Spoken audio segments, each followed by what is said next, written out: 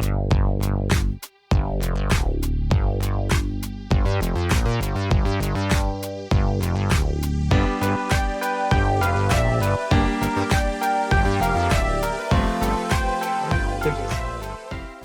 a short presentation tonight on the topic. There was some homework if you so chose to do it. Anybody here do the homework? Anybody look at some of the material?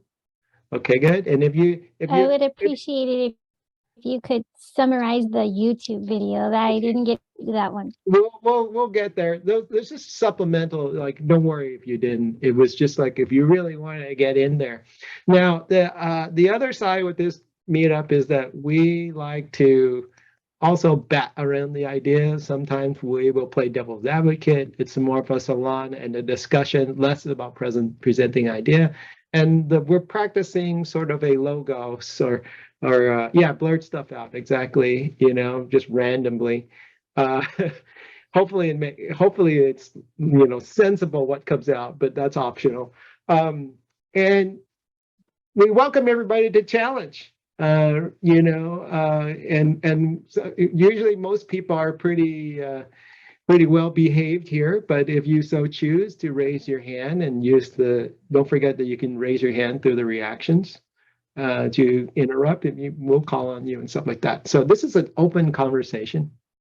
And tonight we're going to talk about any questions on formatting or anything before I launch? So I'm going to get into some material. I hope to get into it no more than 10, 15, 20 minutes.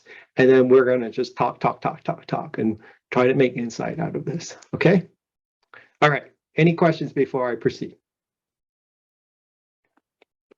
All right, here we go. Buckle up, and here we go. All right, so let me share my screen. I'm doing everything in a Miro, but you don't need to be on the Miro. It's fine.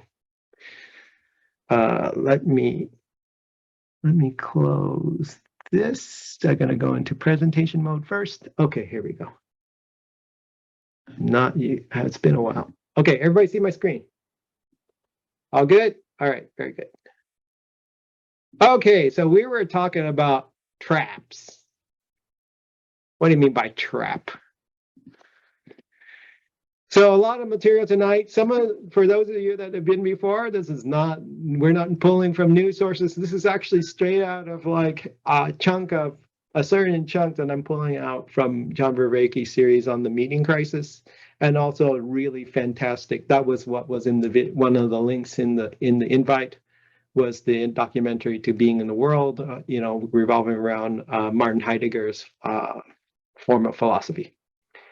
So the first question to start talking about is advice. We love to give advice, don't we? And in a way, we love to tell people what to do. And for me, and I think for a lot of people, it's like moth to a flame, right? You can tell yourself, I'm not going to say anything. I'm I'm going to self-manage. But it doesn't quite always come out. So when was the last time you went for it, and why do you do it? Anybody? Oh, I just recently do a training on training from the back room. We're going to do this pop-up style. So grab a pen, and when you have something to say, stick your pen up, and we'll call on you. So when was the last time you went for giving advice from anyone? I see your pen up, Andrew. Just Well, I was just thinking that there's such a trap in that, because there's at least 3, if not 4 of us here who are coaches who get paid to appear to give advice. Yeah. Who's a coach here? Come on. Show of hands. Hey, there you go. Busted. All right. Busted. What's it like, guys? Coaches, Joe, Anat? Title says coach. Ask recently has been more consultant. This causes friction. I did an intention setting exercise with coaches this morning. And you'll like this. my intention this week was to give more advice. Yeah, you're Because going to the dark side. I actively don't, and because I have a certain identity, a certain idea of my role, a certain set of beliefs in the world about that's not the first move. And so this week, I'm trying it as the first move and tuning in and seeing what happens. Yeah. Deliberately, intentionally saying, I'm no longer coach, I'm a consultant. And I'm asking for feedback on it, but I'm deliberately doing it more, which is kind of fun. Yeah, different, right? And not any comment from you? All right, so All right. we do it a lot, right? Andrew, you want to say something? Yeah, I was just going to throw one thing in. I guess that one of the tricks with a coach is getting very good at reading the room, because I'm very clear that with a sophisticated coachee, yeah, you can lead them to their own conclusions. You don't have to dish out advice. But if it's a new engagement, you sometimes have to develop credibility by being willing to bring certainty and know what you're talking about, you know. Right. So that's really tricky if you don't know what you're talking about. I mean, it's kind of like customer service and meeting expectations. And yeah, there is a little bit of like, hey, I want to establish my relevance, right? Yes. So I'm wondering, when we give advice, depending on who it is, it's really an opinion, isn't it? And I've been listening to the Nonviolent Communication book, and I find the introduction very interesting, where Dr. Rosenberg talks about how basically we're conditioned from infanthood, really, where we kind of, when we say like, I feel this, or we're constantly giving opinions as opposed to observations or needs. So can we really tell the difference? Right. That's my question. Oh, there's a certain aspect that you can almost say that's a part of, we're kind of built not to suffer. We don't like to see other people suffering, in a way. And it's actually part of our biology, because in a way, if we're suffering, it saps literally the life force from us, it saps energy from us, right? And in a way, it is, you could argue that it is a potential need that we have, even if it's not our problem. Even if we're, let's say, entangling it with our identity and our perception of the world, it may come out sounding like advice, or really, but it's an expression of our need or something from the other person, and we're expressing it like advice. Right. And I say, do we even know? It's great. Joe. So what you're saying is landing for me, Valerie, with a session that happened last week on feedback. And I'm going to make a connection to what you're speaking to here, but it may take me a second. I heard in the room in this didactic presentation on feedback, a person with slides talking about feedback, a presupposition of, for those of you who studied adult development, of socialized mind. I heard a presupposition that someone gives you feedback and they know, they give you advice, and that it's your job to listen to that advice, absorb that advice, and do it right. And so my subject-object move was to share with people something called the giver's fact. And this comes from some pre-Agile OGs, Charles C. Shore and Jerry Weinberg and these folks. The giver's fact is, no matter what it appears to be, feedback information is almost totally about the giver, not the receiver. Yeah, actually, I read a book. There's a woman just recently. This is a really good book. Like, write this down if you're looking for an interesting angle on feedback. there's a Roman woman who wrote a book called No More Feedback. She says that Carol. Carol Sandburg, Yeah. stop giving feedback. Stop giving Yeah. feedback altogether. It doesn't help. I read the book and I've heard her present. Yeah, that it's damaging because what you're doing is you're provoking negative reactions from a person's nervous system, because in the same way that what you're saying is it's not so great, right? I mean, why do we do this? So I want to move on with telling somebody what to do. Right, you're telling what somebody to do, and then they're gonna like, whether it's, and most of the time it's not relevant to what they're thinking. It's actually you opining about something. Okay, so let me go to the next slide. Okay, so we're on. This is what I want. We're on to something. So there's something called Solomon's paradox. Anybody read that one blog post? Okay, so anybody want to? What was it about? Can somebody tell me? It's there. So tell somebody, teach back to everybody what Solomon's paradox is. You're muted, Andrew. Solomon was terribly good at giving advice, lousy at taking it. Yeah, lousy at taking it. So the fable is that he like a lot of other people would come to him for marital advice. He would give them sound, wise advice, but he was terrible at taking his own advice. He was just like, he could dish it out, but he couldn't take it, so to speak. Right? Interesting. Anybody seen this before? Right? Anybody in a marriage? You should be raising your hand. All right. So why can we not see the forest for the trees? Why do we keep? So we've talked about many different things, right? So let's list it. What were a couple ones we mentioned already?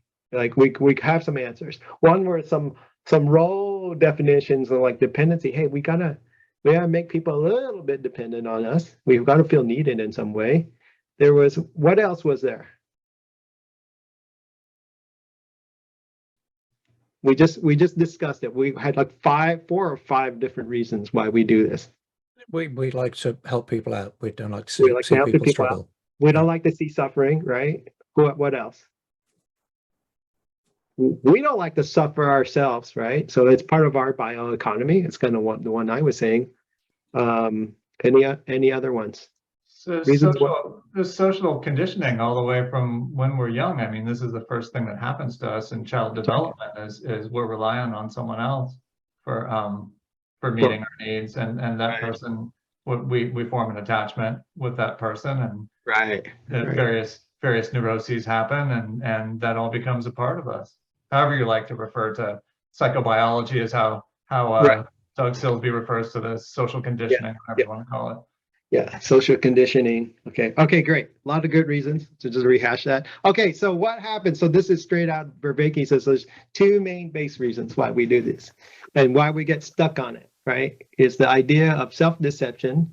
We deceive ourselves in a way that, I need to be needed, or my advice is important, or bullshit, and I'll explain bullshit in a moment. In some cases, we even do self-deception in something that is called spiritual bypass. Who knows what spiritual bypass is? Okay, Joe, Herr Reifer. The classic source on this for me is Chogyam Trungpa's book on spiritual materialism. So this is the idea, and I know this well because this is why I turned to meditation in my 20s. I was having a hard time. Get me out of here, Calgon, take me away. Right. And we go to spirituality in order to if I saw one person smile with my vintage commercial reference, so that was worth it. That was worth the chance. The idea is that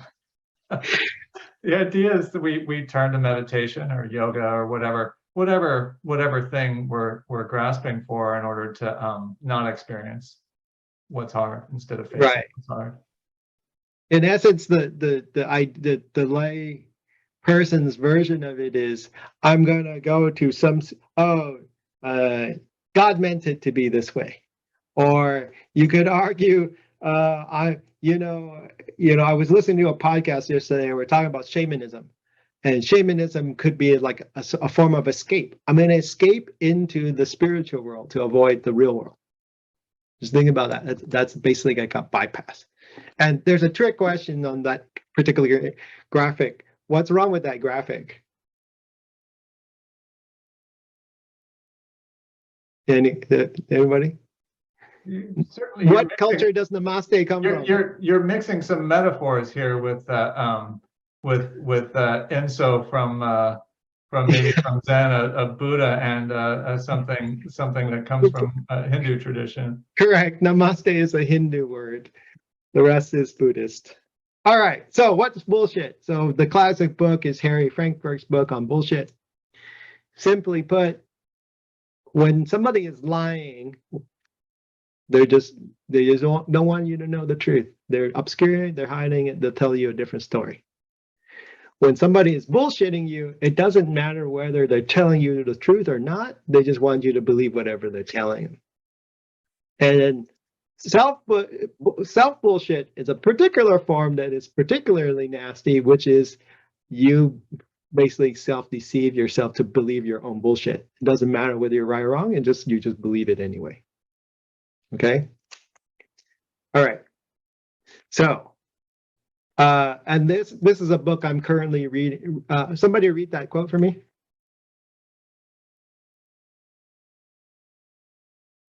Anybody? I got you. How we think we should behave is very different from how we want to behave. When the time comes to make a decision, we often behave the way we want to behave. This is a quote that the authors were talking about ethicists and ethics. The idea that ethics, if you're an ethicist, you would know how to behave. You would know what morally right is. But even then, when they did a survey, that even the ethicists were no better than the non-ethicists. They would still make the wrong decisions, right? And they too, there's that trap, right? So the trap. So when we talk about these types of traps, and they get like we can borrow from this idea of so Vervaeke points to this is also a book if you can find the link to it, Andrew. From a concept by a psychologist who studies addiction, and he used to be an addict himself, and he came up with this concept of reciprocal narrowing, that the reason why people get trapped in a downward spiral, and there's the trap, is that as the world gets, as things get worse, so they begin to do drugs or whatever the initial hurt, so they try to block it out.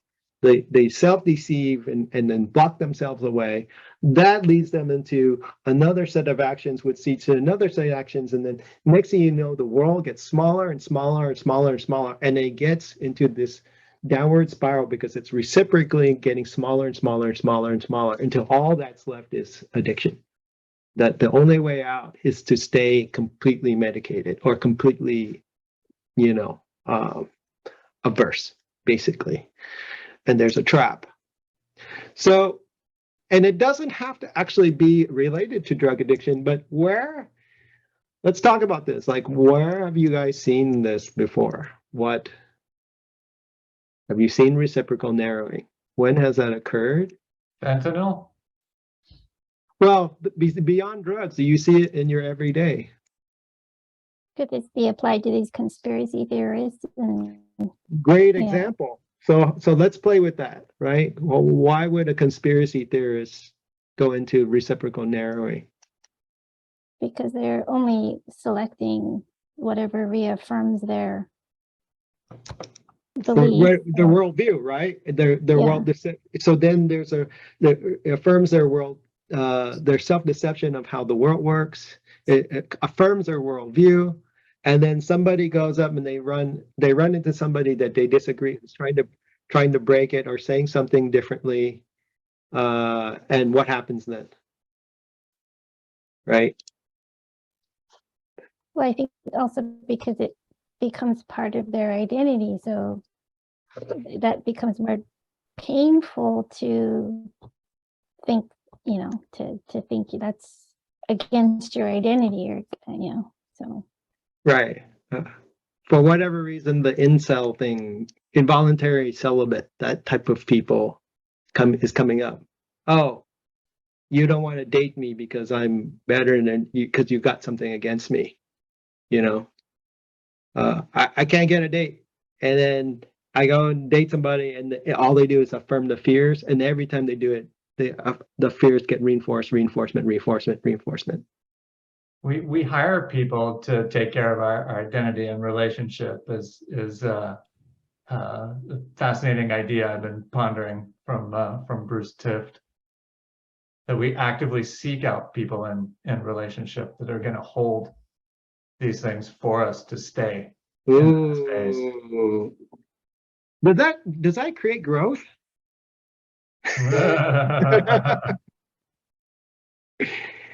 Right. So you're reinforcing what you want to believe. Right. And it's a trap. How do you break out of that? Well, I'm also wondering if it's painful to be confronted with something that goes against your beliefs, that in addition you identify to it, does it not then in a way become entangled and triggered by your fight or flight mechanism? It's like a survival thing after that, right? Yeah, absolutely. We know that as another word. Can anybody guess? I'm thinking of another word, what you're just really describing. And we've talked about it here before. Starts with a T.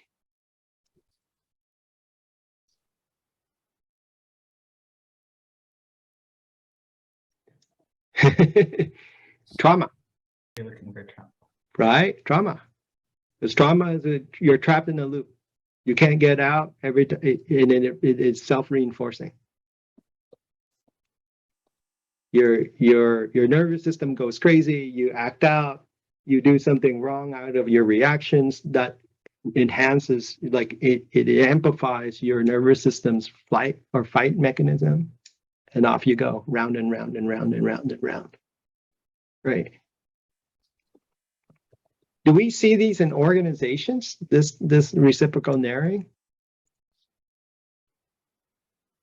I see nodding heads. Tell me more.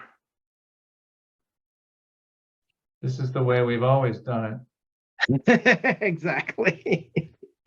All right. What else? Where else have you seen autocratic control? Autocratic control. So if you do something and you get what you want, it just reinforces the idea that what you're doing is actually the right way to get it. And if you don't get it, what do? Control more. You can find that in people who are narcissists. Yes, very much so. Yeah. There's an argument that it's endemic in larger organizations, and the very nature of those who would wish to lead such organizations and go to the effort to do so, they'll then tend to embed a culture of exactly this. And it's funny how it works, right? And if it doesn't work, they can't control it, what do? They leave. Mm-hmm. Next person comes in, guess what they do? Oh, I got to get this under control.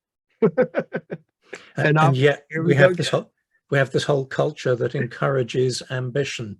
Ooh, right.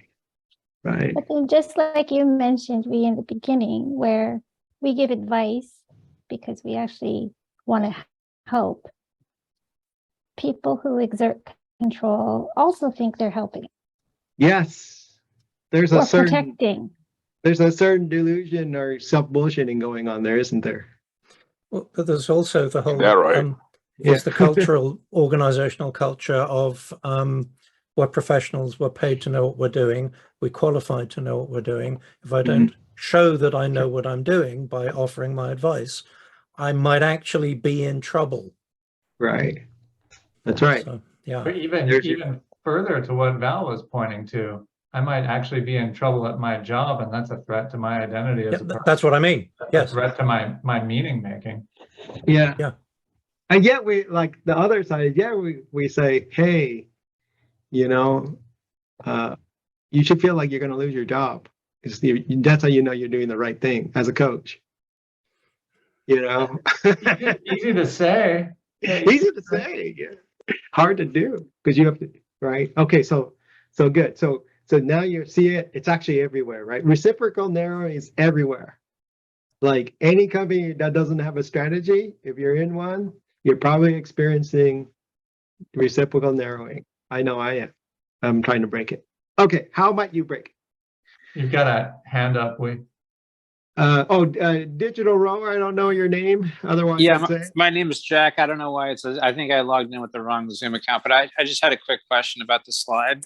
Yeah. I came in late, right? So Yeah. this might have already been answered. But why does the picture have somebody with a pill on their tongue?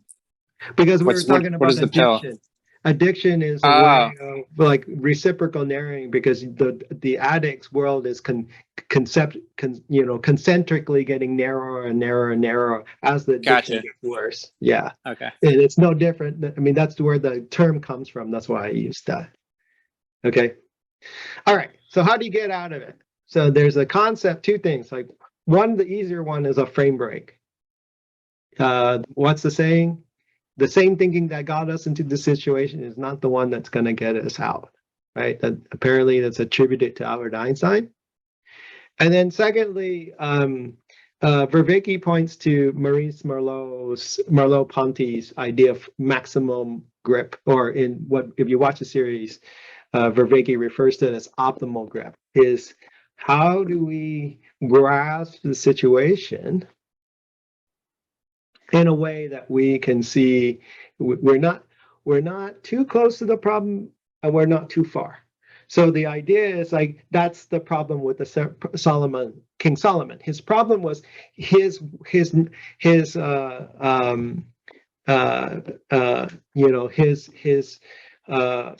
domestic issues was because he was too close to the problem and he couldn't see out of it. It was just too blind. Can't see for the forest for the trees. But then you can't be so far that you're just completely disconnected from the situation, right? So there's a certain optimal grip or maximal grip in which I have the right distancing and I can perceive the problem from the right perspective. Right. And then what he talks about is also two other things, like he spends like multiple, I argue he spends like a full episode on just different ways to look at problems. So he talks about bottom-up processing and top-down processing. So top-down is where we are looking at the gestalt. We're trying to sense the whole of the situation. And we also need to do bottom-up processing, which is to look at the evidence of the little things that are going on, make sure we've got all the details. And it's not one or the other. You actually need both at the same time. For you Agile coaches, I think for me, the where I'm practicing and attempting this myself is the idea of like when leading in an organization, you have to have your strategy and your vision together. That's top down. But I gotta have like, what can I do next? What's my adjacent possible, right? What's the next thing I can do? What's emerging in terms of data? I need both at the same time. One, if I do just bottom up, I get local optimization. If I do top down only, then I can try to achieve like really ambitious things that are impossible, right? Make sense? Any questions on that before I move on? Are you, so with the frame breaking, are you going to go into like examples, or should we talk about this? So we can talk about that. So give me an example of a frame break. So yeah, I mean, I watched some. I haven't finished the series, the Meaning Crisis by Vervaeke, but I think I remember him talking about, well, initially meditation, but he's also talked about things like psychedelics, fasting, some shamanistic rituals and community and things like that. Yeah. So those are all in a way like he talks to like him and Jonathan Pajot, which is another thinker, talk a lot about how like symbolism is a way of breaking one's frame. We read books because it may get us into a different frame of thinking, a frame of being, that we can grasp the problem in a different way and give us some insight about what's going on. Abbas. Yeah, the other example on framing break or breaking the frame is also to start fresh Yes, and get a new perspective on things so That's that right. you can have a better picture. that's right. Think out of the box is what Yes. people say, right? Exactly. So you have to do something that'll get you thinking differently and seeing a different perspective. Andrew, Stand up and go and talk to somebody else. stand up talking with somebody else. I don't know about you, but most times I do that. I've already got a different way of thinking before I actually get to talk to them. Why? It's Why become, that? I've come out of my head and gone into my body and handed it off to different portions of myself to deal with it.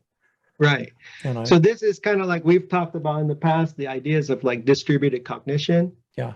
Because when you're working with somebody else, it's exactly it. Your friends, this audience right here can break frames. Everybody's thinking about it differently. We can challenge each other's thinking. That's why psychological safety matters. And then, you know, even Snowden, what does Snowden say? He talks about using triads, somebody young, somebody old, and somebody who's right in the middle, right? Yeah.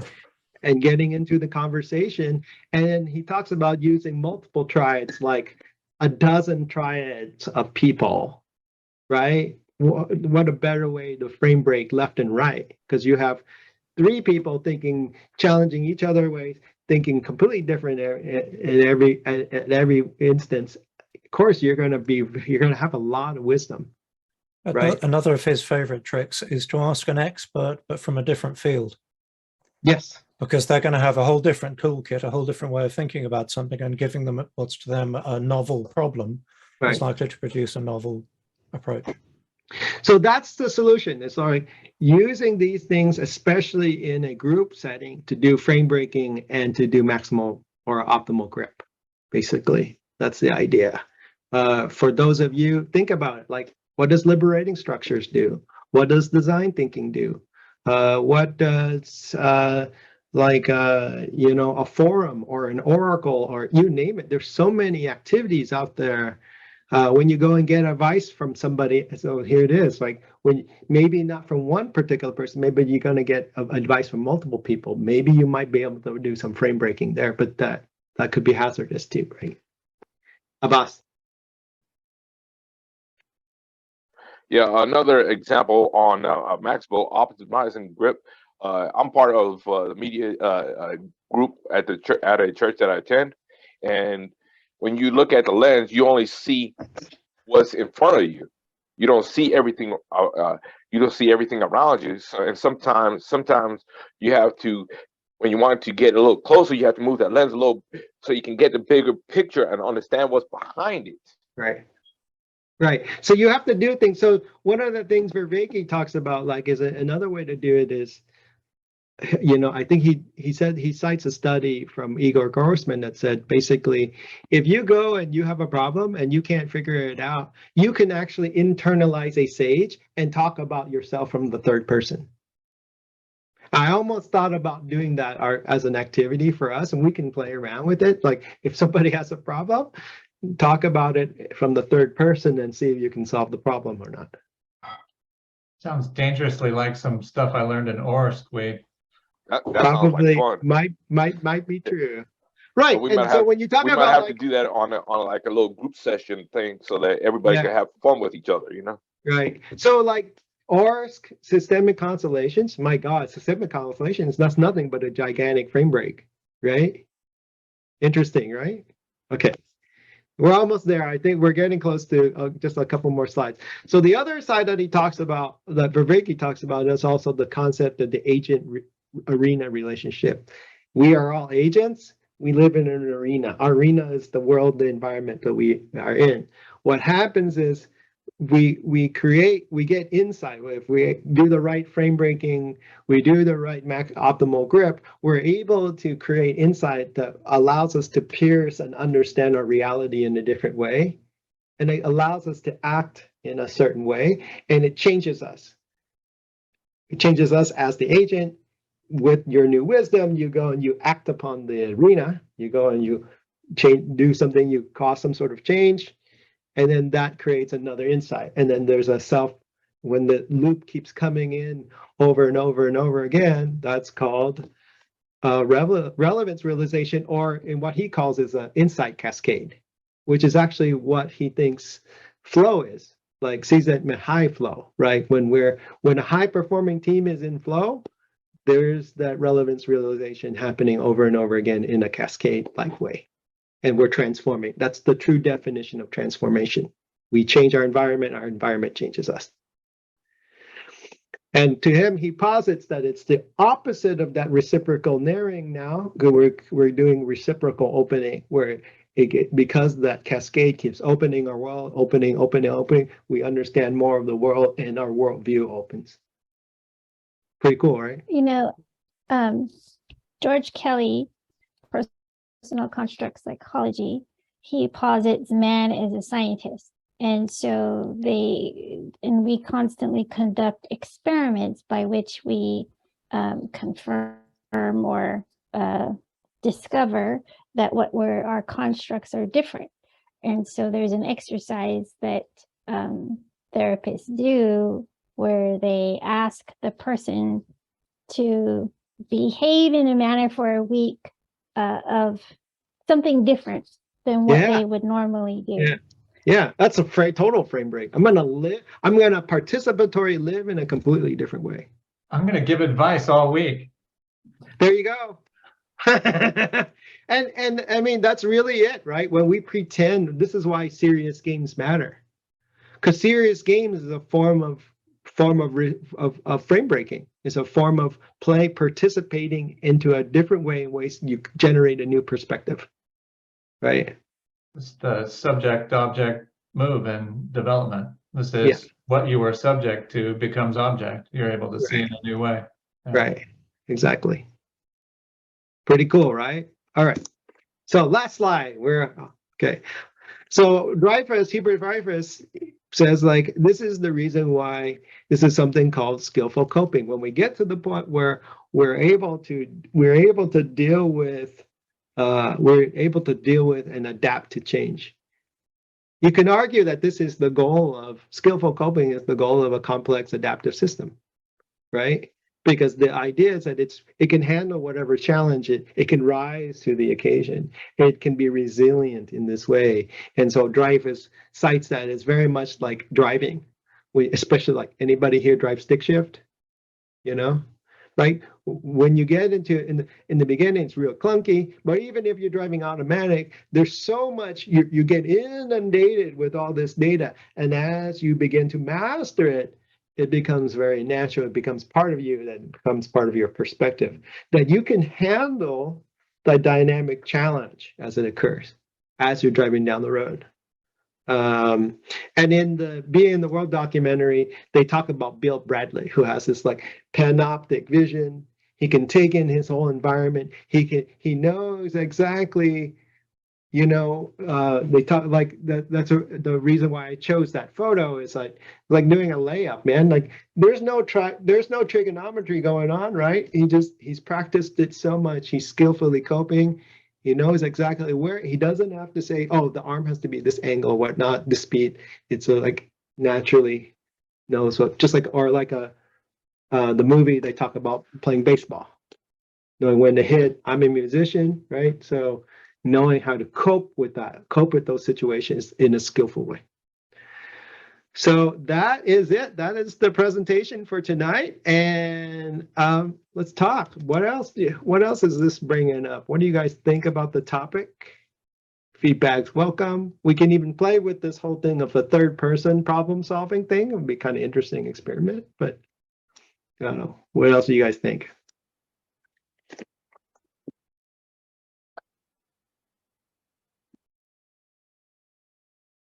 Is this useful? Yeah, the classic question is like, hey, that's great, but can I use this? Why does this even matter?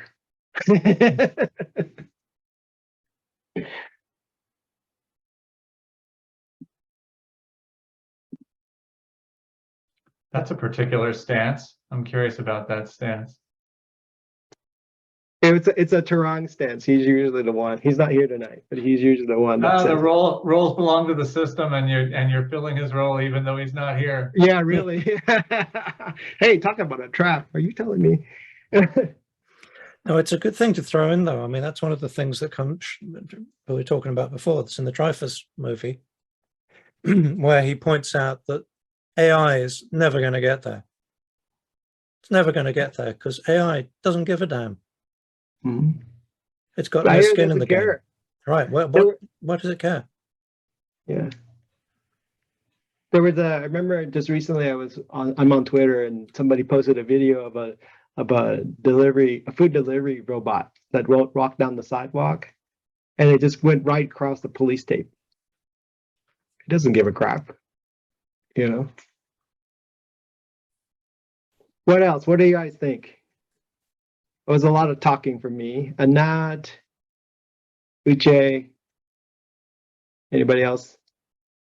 David, you're surprisingly quiet tonight. Sorry, my drain was having a problem, so my landlord just came over, so I didn't hear it all. Oh. My only question, because I didn't hear it all, is who are you presenting this to? Where do you want to take this to? Well, it's just to present an idea of like we're in traps all the time. And how do you? But I'm outside of this group and getting feedback. Where do you propose presenting it to? I'm not proposing to present it anywhere else, but here. This is specifically for you. Okay, great. I'm glad my landlord came and fixed the pipes. Yeah, it's a good question though, David. I mean, where do you think it would be helpful yourself? Where do you think it would be helpful for people to gain the awareness that they could be in a trap and thus expand their agency within their arena? Because if you don't know you're in a trap, you've reduced your ability to actually act on the world around you, right? Where do you think that might be helpful? You asking me? I'm sorry. Yeah, why not? Why not? Yeah.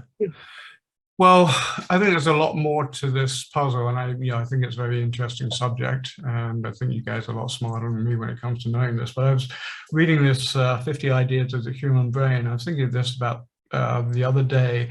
There's an area where a lot of cells, genes are implanted basically by our parents into us, and ergo the whole line before them. And it was saying about drugs and behaviors, and this is kind of what before I went, you were talking about drugs and how people get stuck in that. And a part of the book I'm reading was saying, well, a lot of that is already imprinted into you because of the nature. Maybe somehow our lives have fallen apart. We've become addictive, and then that actually gets imprinted into the new fetus, the child. So when you said that, it suddenly blew up a whole lot of different ideas. So coming back and saying, well, where the hell is this going? Because it seems a lot bigger than a couple of slides on Mirror. So that's just my 2 cents. But yeah, I agree. And there's genetics. There is the idea of like intergenerational trauma. Anybody heard of that term? Mm-hmm. Right? When trauma, I'm a product of intergenerational trauma. I was born of a war, right? There's that trauma. There is also the idea that we've talked about way back, like probably over a year ago. We talked about somatics, and we're talking about we're talking about trauma and how trauma can be part of your tissues. Like you will hold yourself in a certain way. Right? Yeah, I think before, weren't you talking about neuroplasticity at some time? I think we had some discussion. We were talking about that to break out of trauma would be to that's where somatics may make a big difference. Mm-hmm. Yeah. Right. But somatic is experiential, isn't it? Correct. Right. And this is exactly, I didn't do anything but on the slide, but Vervaeke talks about this because there's more than one way of knowing, right? So there's, for him, he says there's 4 ways of knowing. Propositional, we're all familiar with propositional. That is like logic, theories, concepts, proving them. Rationality might fall into that. There's procedural, how to do something, knowing the steps to bake a cake, boil an egg, run a scrum team, from there is also the idea of participatory knowing. So that's like serious play. You learn by doing, you learn by becoming and being this. This goes back to the documentary of like how do you know hammer is of any good? You know hammer is good not by the qualities that you see that are intrinsic, it's actually through using it. You understand it, you grok it. That is participatory knowing. And then there's perspectival knowing, which is the classic example he uses, like you love your cat, you love your kids, you love your pets. There's no propositions needed. You just know that as a truth, right? So when we talk about, to me, when I think about somatics is in a way we are playing around with participatory knowing to develop a certain perspectival knowing. I know myself as a different way. I know myself as not the addicted self, right? Not the trapped self. Right, there has to be, and through that participation, there's an insight that gets generated, and then maybe I change my inner landscape, my inner arena, that allows me to innerly transform.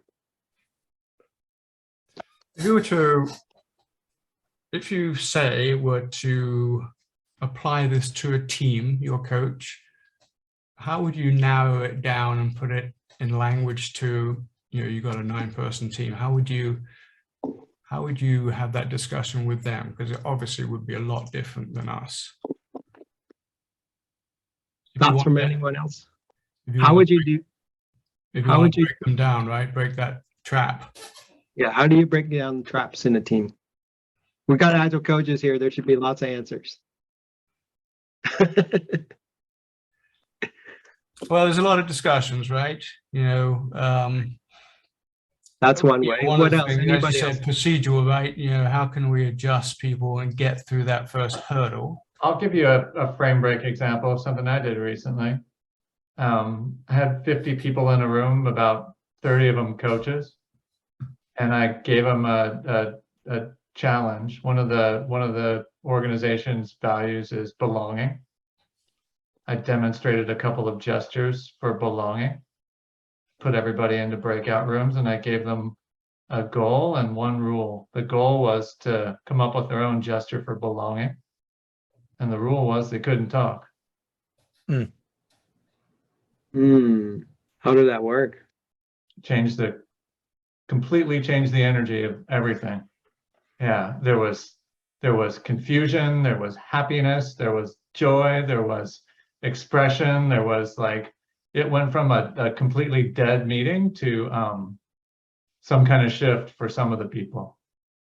Yeah. And you couldn't talk. My God, what a better somatic participatory way. Below the neck only. Yeah. That was the invitation. And it was optional, but most people played. I know you could try it right now if you want. There's a lot of people on screen. I'm game. Would anybody want to try this? If you were going to make a gesture for belonging, what would it look like? And I'll just shut up. I mean, you can, I'll demonstrate. You did say everything under the head, right? So we all have to stand up and show our chest. Is that what you're? Well, your hands will work. Yeah. I mean, what does that do for you?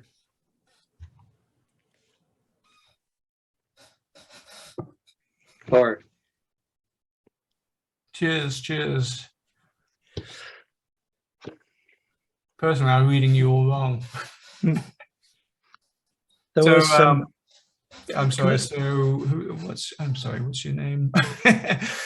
How do you interpret those? To me, they're not necessarily belonging. I mean, to seem like obvious.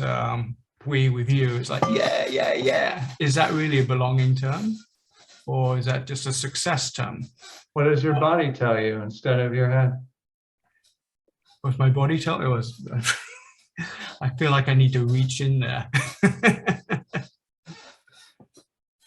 So it's kind of hard online then, difficult.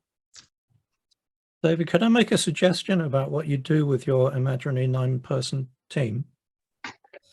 Imagine it. So a great way that, I don't know, I found is worked for a frame break in the past, is to come at it not from expecting people to be able to know things or advise each other or even seek advice, but to take them up a level or two so that they actually get them engaged in some exercise that might reveal something. So like hearing you talk about an exercise where you have people not talk, one of the most extraordinary days I ever had as a coach was where I took an entire business unit that was in dreadful trouble and put their leadership in a room for an hour with their backlog and asked them to order it by importance without speaking. Just move it one person at a time. And if you saw anything keep moving, you took it out. And when it all stopped moving, then you started talking and you asked people, why did you think this was important? Why did you think this wasn't important? Mhm. And it took an hour. And at the end of it, the program manager who'd asked for help for all of this came to me and went, you have no idea how much smarter everybody is now than they were at the beginning. I was like, yeah, actually I do, but point taken. And it was because by doing it in silence, the power dominance hierarchy was taken out of the space, and instead they actually got to find a way of communicating that previously they weren't able to do. So a trick like that was just a trick, right? Don't just think that applies everywhere, right? Let me throw something out to all of you. Recently, I was on a horrible gig. And you mentioned leadership. This is leadership and middle management. Absolute gridlock. Don't want to do anything, literally. Couldn't find the words. Based on your experience, everyone's experiences, what do you do in that case? I absolutely hated this. I gave them ideas, they wouldn't try them. They'd worked in other companies, say, yeah, we know Agile. Guess what? You don't. Teams are great, but that little layer there, in this particular case, gridlocked everyone. Couldn't do anything. They liked some of the ideas, but they absolutely would not try any of them. I'm hoping this is not throwing away, but it's kind of taking us away. But what I'm really going back to what Wee's discussion is that there's some language here that I could potentially use, but I couldn't find it. I just could not find anything to persuade. Usually I can do one or two people, great, but this is just a whole layer. I think there's a side of this is it's not easy, right? And there's an aspect of part of it is to not reach for the problem right away, reach for a solution right away. Just actually sit in the problem, right?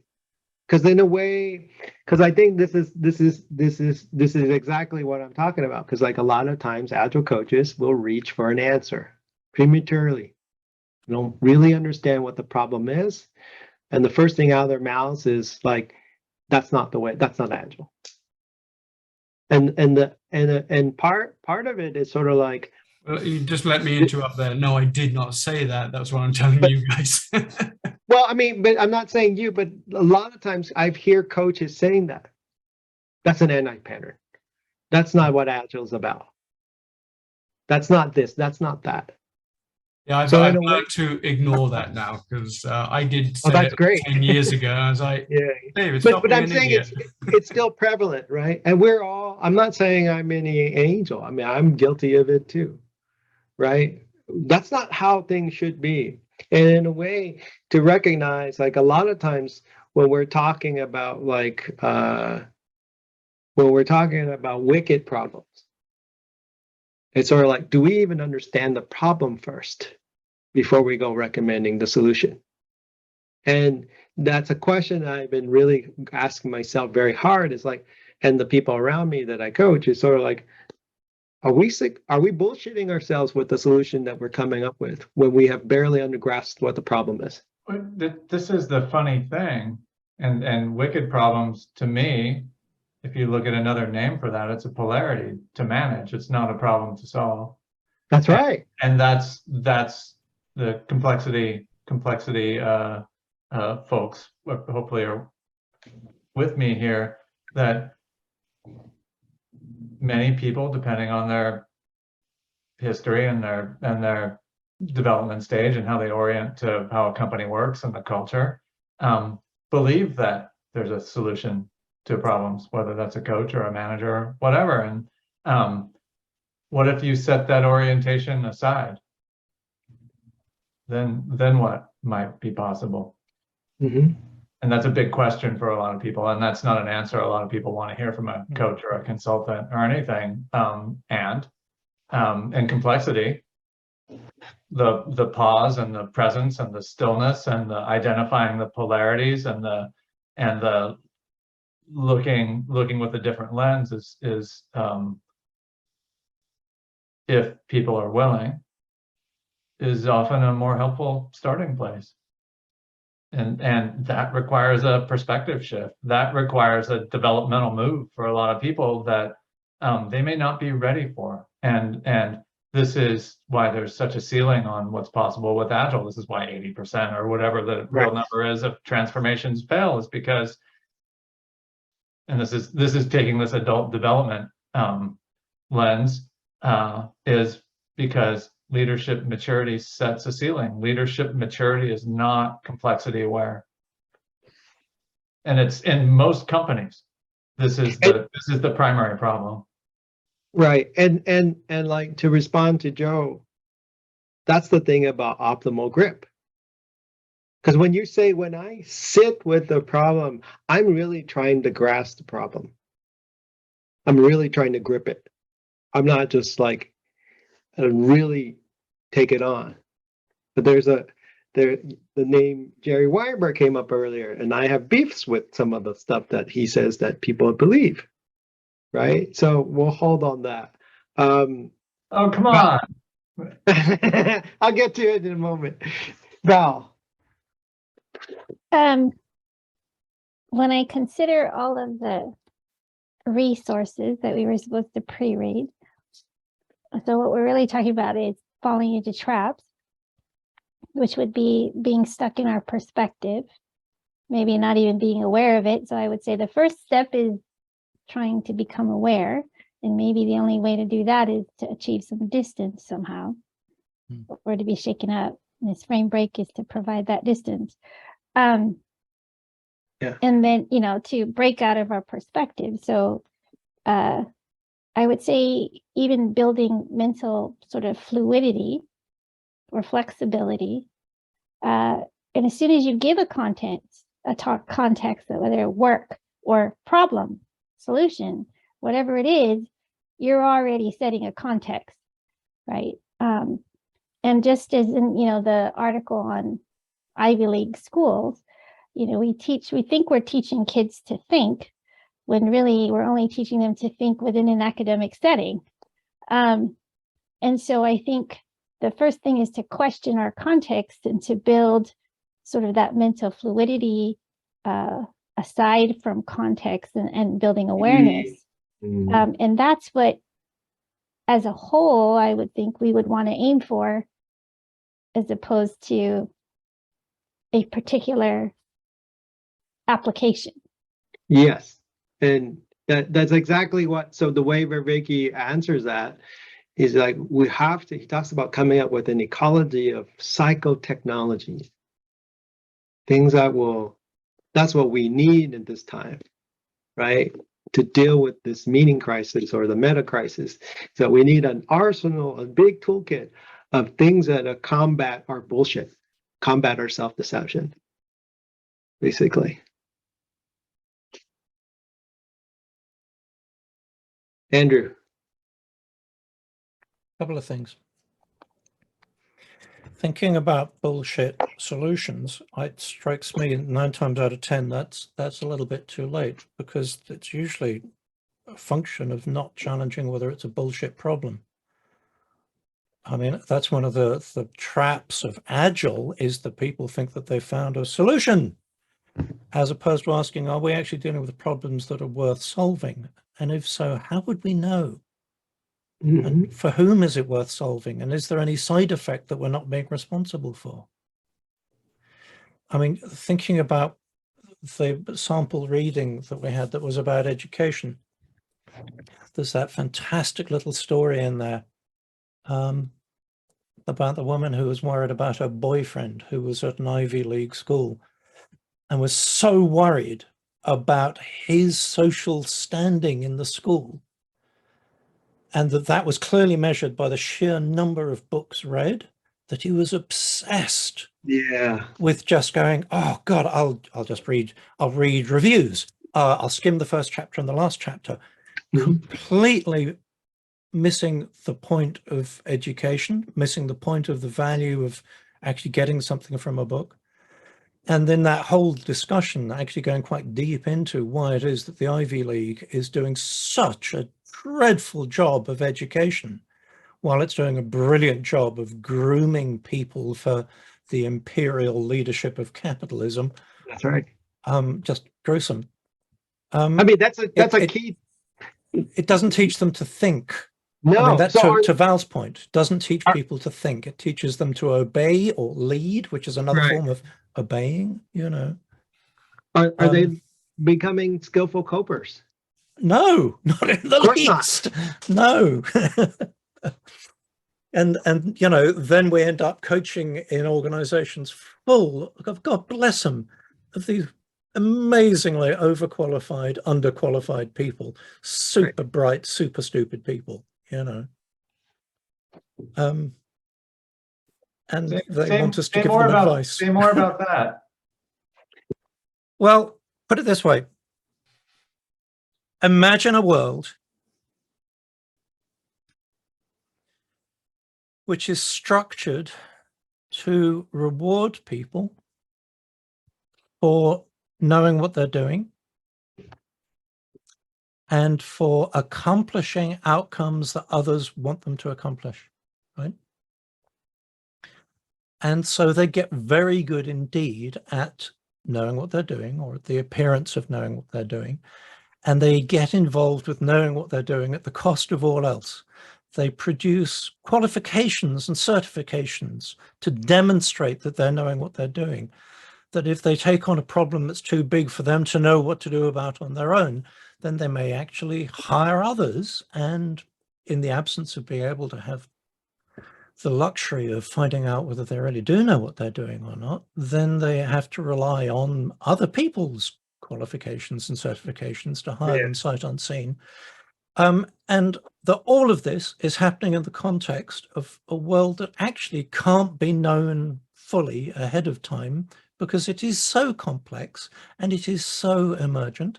And you end up with whole cultures, whole organizations of people who think they're supposed to know what they're doing, are paid to do so, believe they're supposed to do so. Their granny expected them to do so to prove themselves in life as successful. And they are terrified of being found out to be an abject failure because they don't know that they've been set up from the get-go in a game that can't work. It's a real gift because it gives me a lot of one-on-one coaching clients that have imposter syndrome. Oh, keeps us in business all the time. Exactly. You know, are you doing your imposter syndrome right? I don't think you are you? Oh, I know. It's just fantastic, isn't it? I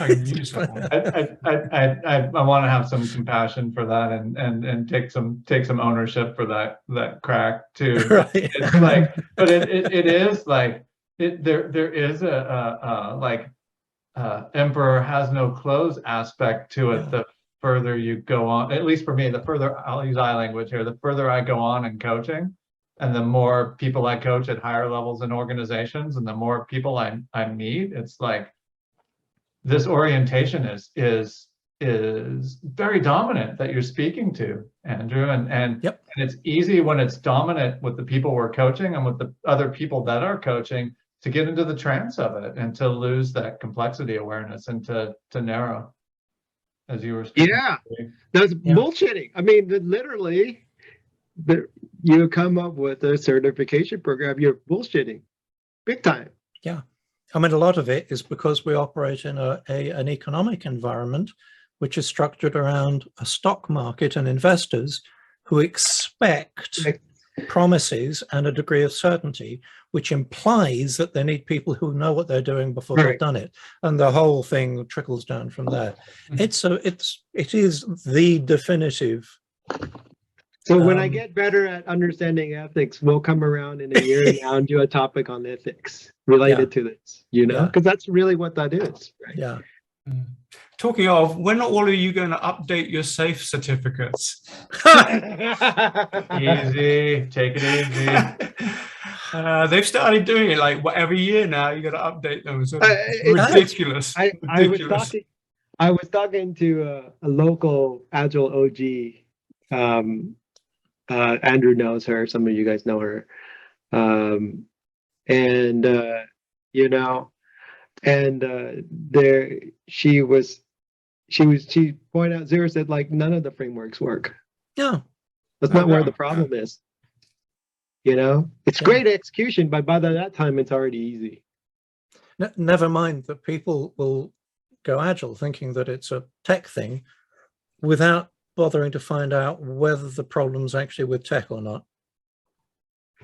I mean, just from a very simple systems thinking model.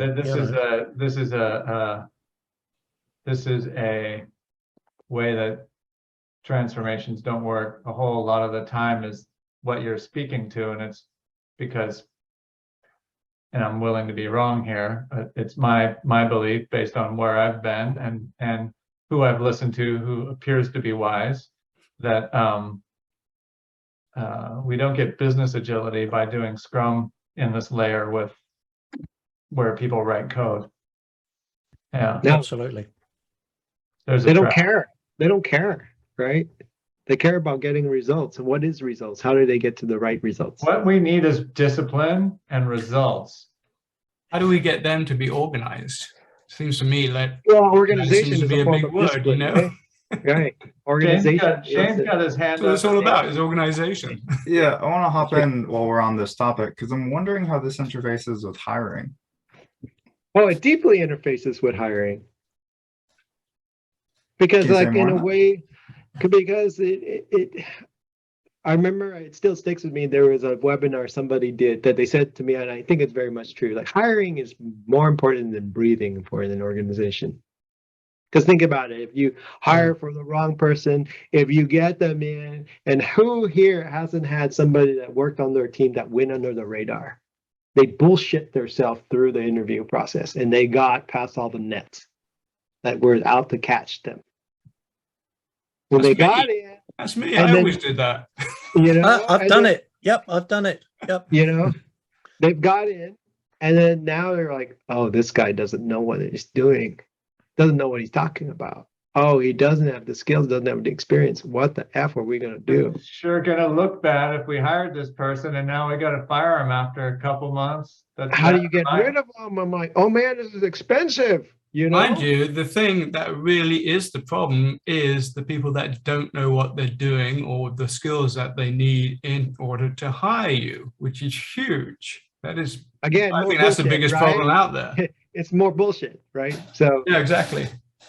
You know, when you Right. get those, I remember getting a while back, a long time ago, actually, I've had it since, but I remember one specifically, and you guys, this will tell you how old I am, is when NT came out, you know, new tech from Microsoft. I was applying for this job and, you know, 10 years of NT, like it just came out last year, you know, and those are the things I keep on getting. I'm sure you've seen them too. It's, you know, it sort of rings some bells in your head. right Yeah. now, So I'm thinking in general, overall, about traps, how to avoid them, awareness and so forth, and what would help us individually in all of the different arenas that we operate in. So it seems to me that fear is sort of like the underlying driver, motivator, decision maker, et cetera, et cetera, et cetera. And fear of uncertainty, especially, which leads us to avoiding, predicting, projecting, protecting, whether it's recruiting, Mhm. choosing Agile, a framework, whatever, we're looking for something to give us some certainty and some safety. So what happens if we can address, resolve, eliminate our fear of uncertainty? How would that cause us to make different decisions? You see, then we wouldn't, if we weren't afraid of hiring the wrong person, We might actually look at other qualities or do a trial run or something. If we weren't afraid of not getting the job, we wouldn't be seeking certifications to begin with, perhaps. Same thing with relationships, etc. So, that seems to drive everything. And if we dealt more with our sort of super archetype of fear of uncertainty, how would that change like our framing, our context, sort of everything? And like to take it 10 more steps forward, basically your argument, Val, is that's the same issue that leads to us to this global climate change predicament. It's through the fear of insecurity, the fear of needs like physical security. Like I need a bigger house, I need more money, I need more security, I need to be financially free. That leads to this world to one of about accumulation, one about now this goes directly into the world of what we talked way back when about donut economics, but now we're based on this economic model that half of the accumulation that's happening is based out of fear. I'm not going to have enough. I need to protect my wealth. Right? Or I'm not going to look like I have enough. I'm right. Yeah. And rich people are deathly afraid of losing their wealth. And individually, what I wonder is when we make a decision and we ask the, indefinite number of whys, maybe it should be, what am I afraid of? And keep asking that deeper and deeper to drive it. And then the next thing I would think is, okay, yes, we're afraid of many things, maybe for good reason, but I would venture to say that the majority of the time we're fearing something that hasn't even happened yet, and we're just anticipating and couldn't even guarantee it would happen to begin with. Yes. So that's still worth honoring, though, because people's experience of fear is still a real experience, whether they're afraid of something real or not. Yes. Right? The heart hammering, the sweaty palms, the sense of dread. There's not a difference. Your body doesn't know the difference. Doesn't know the difference. No. Yeah. Right, but I'm just pointing to awareness, right? Awareness of how you are then making your decision. And I was reading this article that says our brain weights personal experience heavier than anything else. So let's say your only experience, and I'll just say, like, let's say you have an experience of a certain race because individually you had experience or bad experience with somebody who was a particular race. Suppose that was the only experience you had with that race or gender, whatever the case may be, abuse, anything. If that's your only experience, no matter how much time people have told you you've observed differently, anything else, you're going to be weighting that terrible experience heavier than anything else. And so to realize then that your decisions are based on fear, based on that experience, and that you're anticipating future experience is going to be the exact same way. And you again, need that awareness. Have some sympathy for that, because that's a survival instinct. Yes. That went badly last time. I met that problem already. I'll know how to deal with it next time. We're not letting that happen again.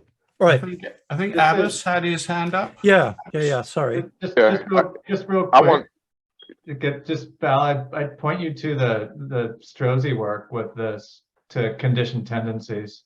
Yeah. Really strong body of work of somatically investigating exactly what you're speaking to, and using the body as an early warning system for when it's going to happen to expand possibility.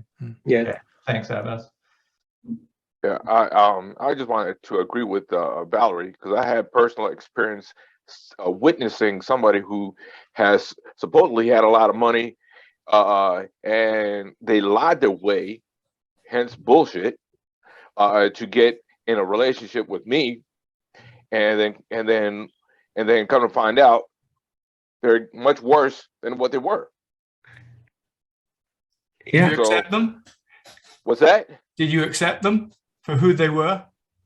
I did about 13 years after. And I learned a valuable Yeah, lesson. So it takes time. so it took a lot of time. And Well, you know what? It's that old saying, isn't it? Once bitten, twice shy. You're telling me. Right, you get stung. I mean, that in itself is a fear. I mean, to acknowledge that it's everywhere, right? That Yeah, you it is. got stung once, so like I'm gonna let that guy do that again, right? And And that's- and it's a valid fear. I'm not saying you're entitled to that fear, right? But notice how like it kind of creates problems for us sometimes too. Well, it was fear to break away from that frame Yeah, to start a new picture, a new perspective right, on life. right. So I had to break away to start afresh. Ah, so it caused the frame break. Yeah, it caused a frame break. Ah, interesting. Wow. I was thinking that fear of something happening again is another example of reciprocal narrowing. Hmm. Exactly. Exactly. Yeah. The fight flight, I'm gonna run faster, I gotta run faster, I gotta run fast, There's your downward spiral. That's the reciprocal narrowing. And we know that as a phrase. Anybody heard of analysis paralysis? Mm. That's reciprocal narrowing, Mm. right? I used that earlier today. Yeah. That's exactly it. And that's why like we talked about way back when, like books like helping people change, helping them, be with that's how you deal with trauma. You Are have those to the books help you them just whack over regulate. someone's head? What was that? Are those the books that you just whack over someone's head? Yeah, well, because I whacked you Change. guys. Well, no. I've whacked you guys with that book before. I'm just whacking you again. Yeah, if it's the non-violent approach, then you just ask them to sleep with their head on the Are book. you whacking us with a non-violent book just for the irony? What's going And then you on? start with the non-violence. Oh, how comfortable. Then you pull it out. What about avoiding traps? I was looking at this LinkedIn thing today when they were talking about JDs, right? And the words to avoid. And this whole thing's like fluid environment. So all these names and words that these people are doing, and you see it's a trap.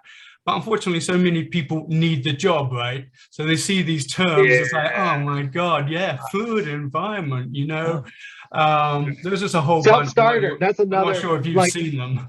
Key words, right? Self-starter knows how to work in uncertainty. Yeah, we're a family here. Oh yeah, that was one of them. Yeah. Oh wow! Take a screenshot of fun Andrew's job, face with energetic. that expression. But that's the thing. But now this is probably for a different topic, because like what he talks about is like, yes, David, there are those cycle technologies, those things the way we do design thinking, the way we analyze our wisdom. Wisdom is knowledge, but knowing when to apply that knowledge, that's what wisdom is, right? Mm-hmm. But the problem that Vervaeke points out, and we all know this, right? I'm not telling you something you don't already know. The problem is the same skills and skillful coping that we do to solve into these problems also could lead us into bullshit. Mm-hmm. Mm-hmm. Our mechanisms, our shortcuts, our heuristics. If the stove is red, it's always hot. Don't touch it. So when I see the stove is red, that's a heuristic. That's a shortcut. Yeah. I don't have to go touch it. I can just look at it from a distance. I'm not coming close to that, right? However, when you don't have much of a choice, again, the job, like see that, oh God, I know those are all traps. Right. It's going to be crap. I'm going to be miserable, but they've accepted me. Right. Exactly. Or me, like David, you and I worked together before.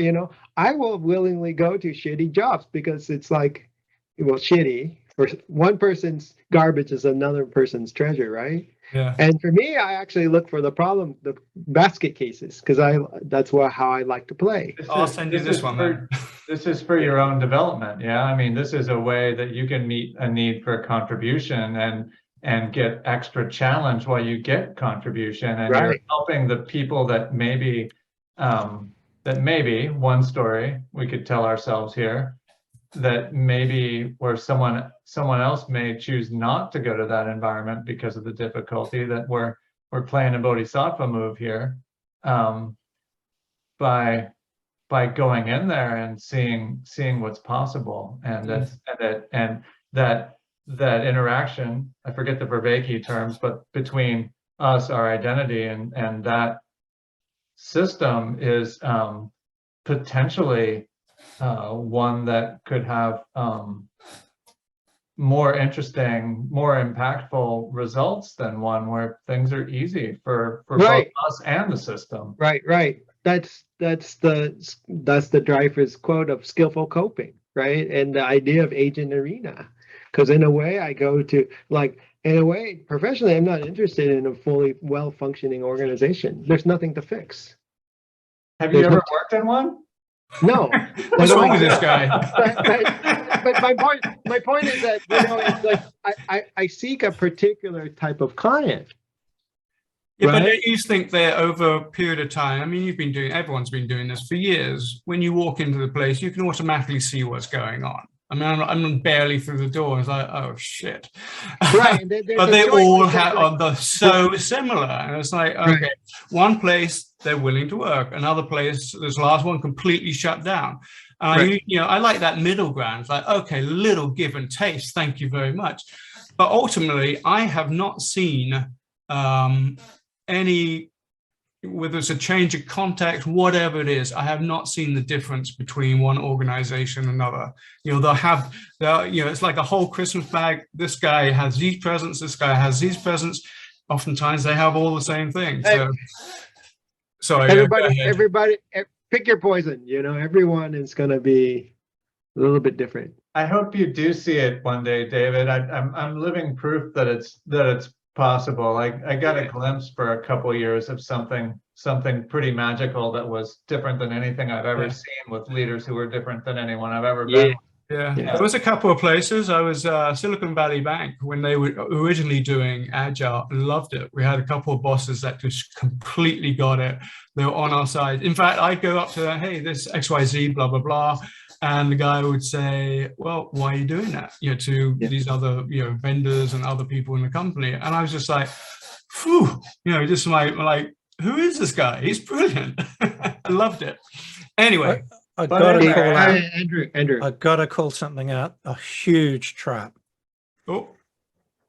And it's a trap particularly for Agile coaches. That it is so tempting to go, well, I want the gnarly one. I'm here. I'm here. Even if all I can do is just improve the lives of the people that I'm working with. The trap is that you may not have sufficient overview to know whether you're just helping these people do the wrong thing better. That's right. Right. That's right. I quit my last job when yourself. I realized I was helping one of the most toxic organizations do it better. Tell me I used to say that too, and clearly Hui says that too. I used to love the gnarly ones, and now it's like, no. Tell me Got to be fair. willing to quit. You've got to be willing to You've quit. got to be willing to quit, and you got to know when, right? Because Yes. I think if you don't have a limit, you're bullshitting yourself. I've done that too often. One day you've got to live with yourself about this. Andrew, Andrew, what is it? What? Tell me an example of helping someone do the wrong thing better. Facebook. Oh my God. Next question. Yeah, that's all you have to say. Just how they It's about the impact of the company in the larger context of the world. Yeah, Facebook. Yeah, Wells Facebook.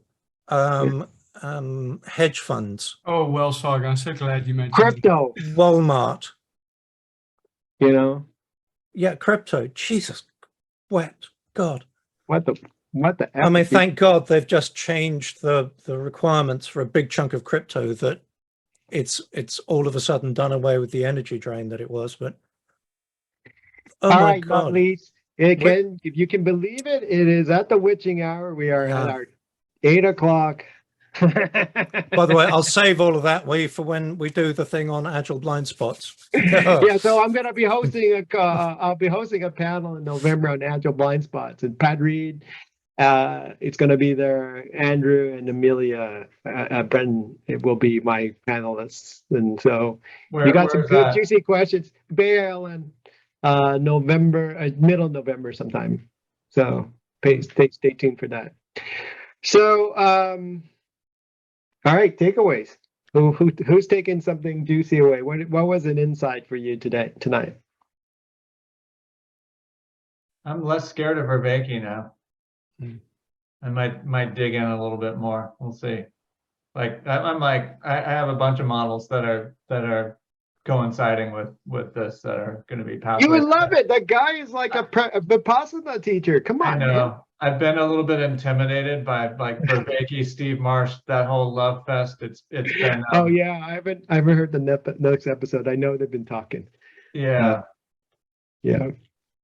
No, I like both of them, and I think my recent focus has been more with the presence-based, somatic-based work, and I find Vervaeke and Steve to be, at least in my experience in the places I've experienced them, like the cognitive channel is super strong. So I'm looking forward to seeing Steve in some different contexts when I start Alethea next month. He's drinking the Kool-Aid, folks. All right. I actually had a takeaway that happened before the event. I actually woke up this morning thinking about this event. I may have been dreaming about it because I was in that sort of suspended after sleep state for a while.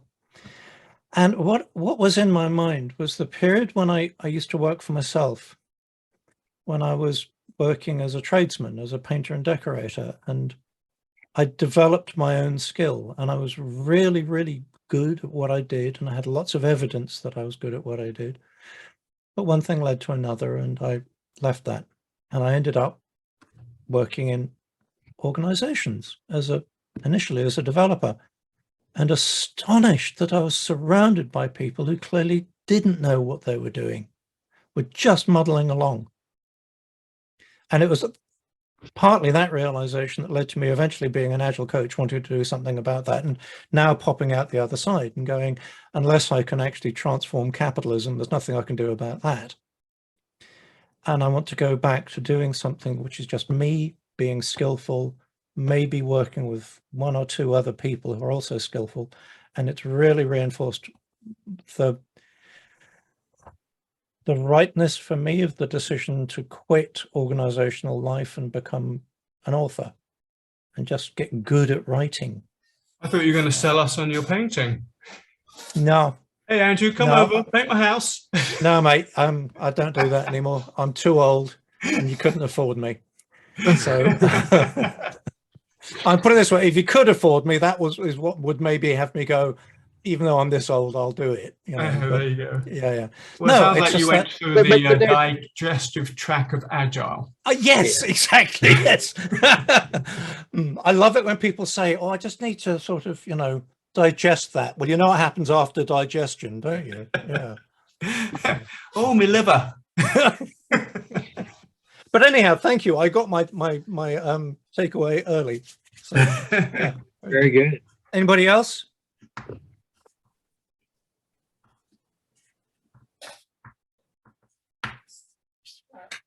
Yeah, I want to do one quick shout out to Joe because I actually took a note.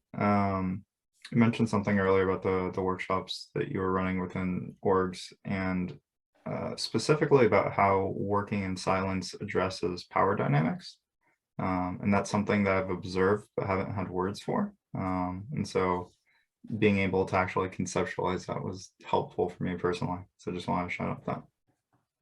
That was helpful. I think Andrew spoke to that too with his affinity mapping and silence exercise. It was nice for me to hear another example of the same thing. And inviting silence isn't always so comfortable in some environments. It's just while we're on it, another great one, if you have the right crowd to do it with, is you do not try and create distributed cognition. Instead, you try and create bias. You have like work with like. You put all the engineers over there, all the managers over there, all HR over there, and you have them all work with the same problem and make a display of the output of their work. and then you get them to go and have a look at each other's work and criticize it, because There's there's a nothing like dialing it up to have them all go, Interesting, right? oh, we didn't get Wait. it. Yeah, that's brilliant. Like There's a- literally making use of. Yes, Right. dial it up. There's Dial it up. a structure for this in ORSC that overlaps with constellations called Landswork, which is if you've got different roles that are in conflict with each other, it's the same thing you're speaking to. Yeah. And then there's a practice after everyone kind of defines their perspective, to where each group invites the other group into their land, literally if you're in person, in space, and figuratively, maybe on a whiteboard. If not, to where they actually, calling back to the beginning of this session, where you actually try to experience the other group's perspective. They invite you into their space to experience what it's like, and the people that are visiting have to describe back to the people that they're visiting what it's like, to see if they can actually find a resonance. And that is my thing up against Jerry Weinberg, because his whole thing about the quote of like, don't get pickled in the brine, don't go native. How the F am I going to understand the organization's problems if I'm not inside in some way?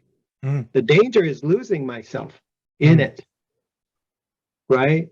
The danger is if I become it and I become identified with the organization, I've gotten existentially entrapped into another trap. Oh, right? this is Secrets of Consulting you're talking about, isn't it? Yeah. Yeah, I remember that. It's book. a read, isn't it? It's quite something. Yeah.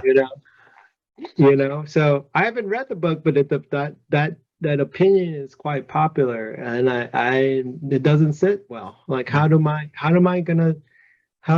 as Steve said in a conversation that I had with him, how do I understand the organization's crisis if I'm not in the belly of the beast? The most cynical version of that I've heard was an agile coach saying, well, you can lead a horse to water, but you can't make it drink. She had no interest in having any skin in the game at all. It was all their responsibility. Right. Well, Shane,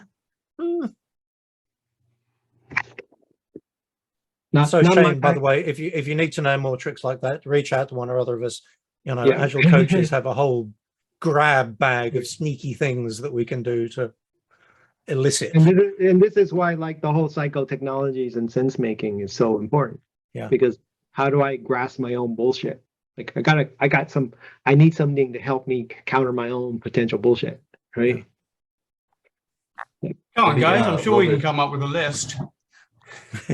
Yeah, I'll be a little bit transparent right now, which is I'm running a couple new groups, and probably the most challenging for me is I'm running a D&D group, and I'm trying to do emergent sort of decision making within the group to sort of decide on the world that we want to run.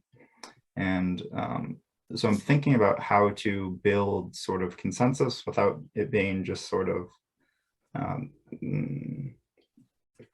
how to kind of do that in a positive way as opposed to avoiding the normal traps of consensus. Yeah. That's for a different wisdom at work talk. That's got a hook to it. I love it. Consensus and Dungeons and Dragons. I love it. He's good at this. Val.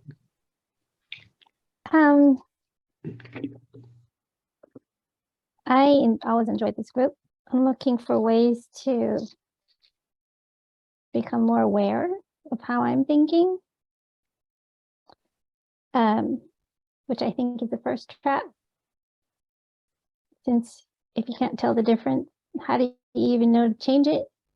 And so, need other ways to kind of wake you up to it. I mean, like, okay, frame break, you're kind of dependent. I mean, you have to be aware to create your own frame break. Otherwise, somebody else is provided for you. Right. So the thing is, how do you tune in?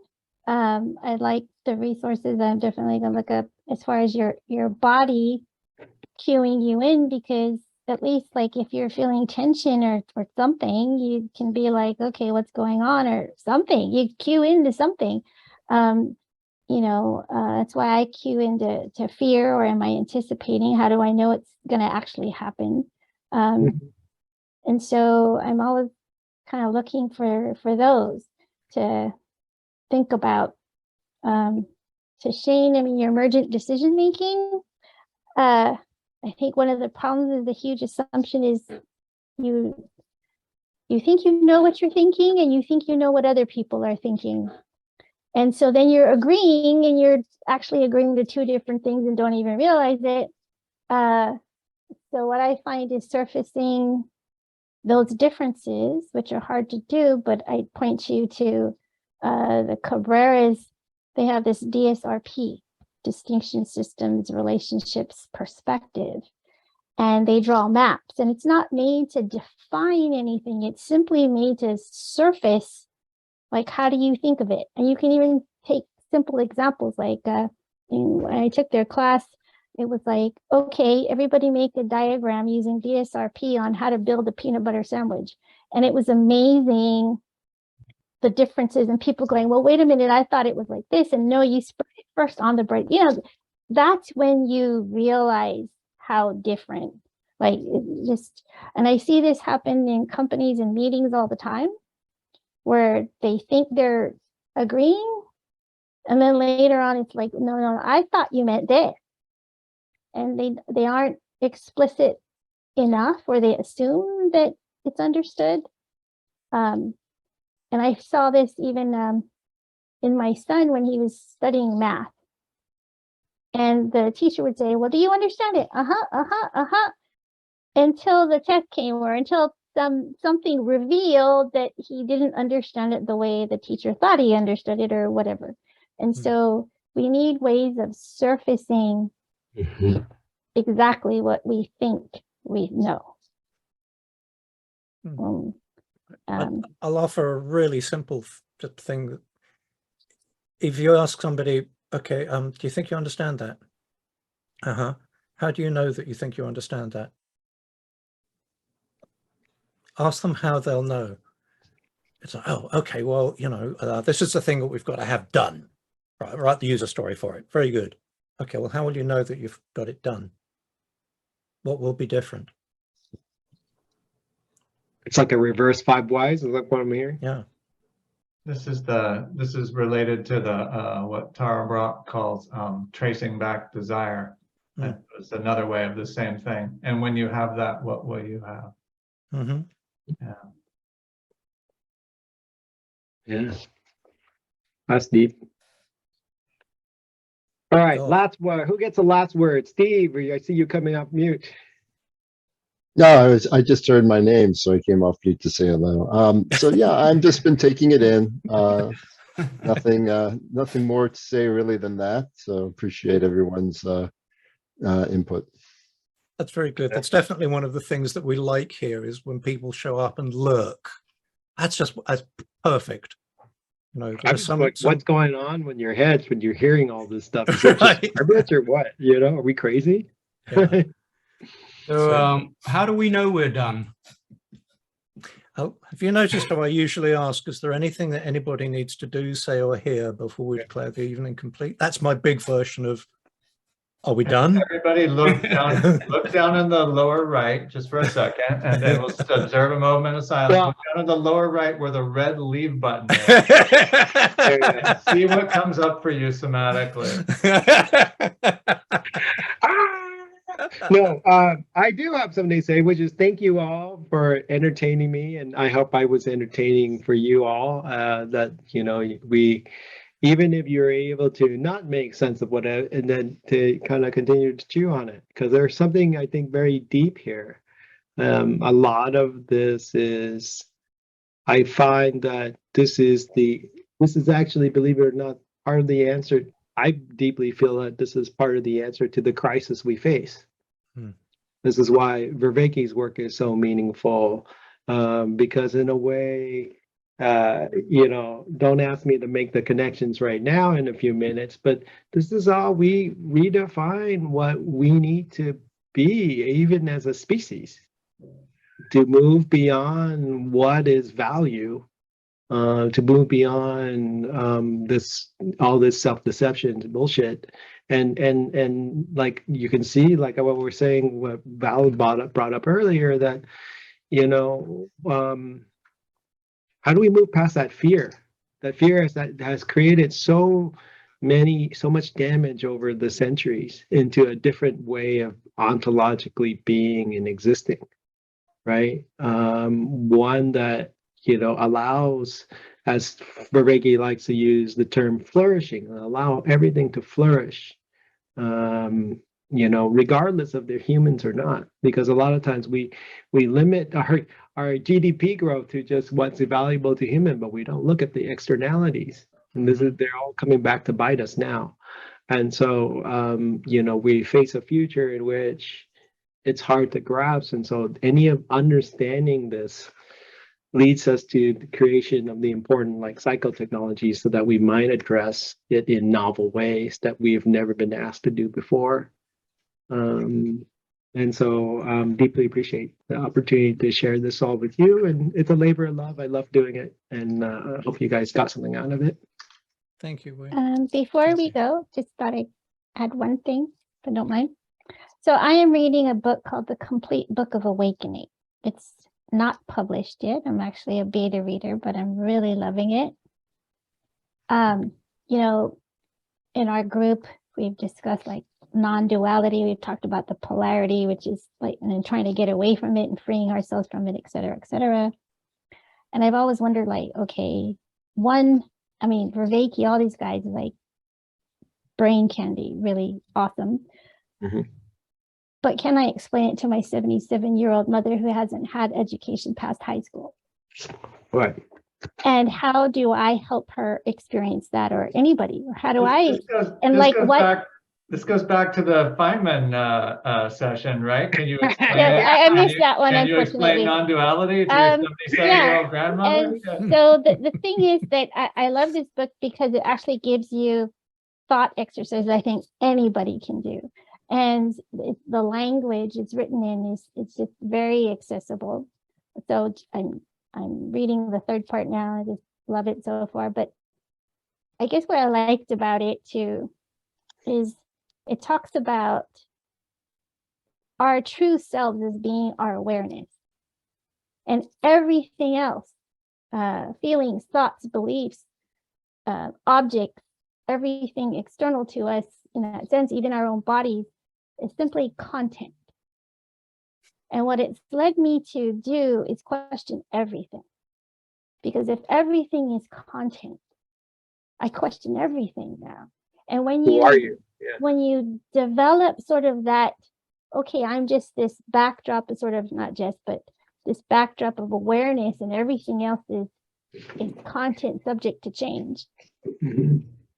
Then you kind of develop a little bit more detachment to everything. That then, like I said, it leads me to question everything, not in an insecure way, but really, what is meaningful? What am I anticipating? Why am I doing this? And so for me, it has increased that awareness of everything. So I just kind of wanted to stick that out there. Good. Let us know when the book's published. Who's the book by?